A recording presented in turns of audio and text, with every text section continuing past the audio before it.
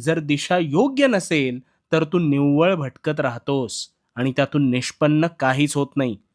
मग तुला वाटतं एवढं करून सुद्धा सगळं नीट का होत नाही? होत नाही कारण तुझा मार्ग चुकलेला असतो.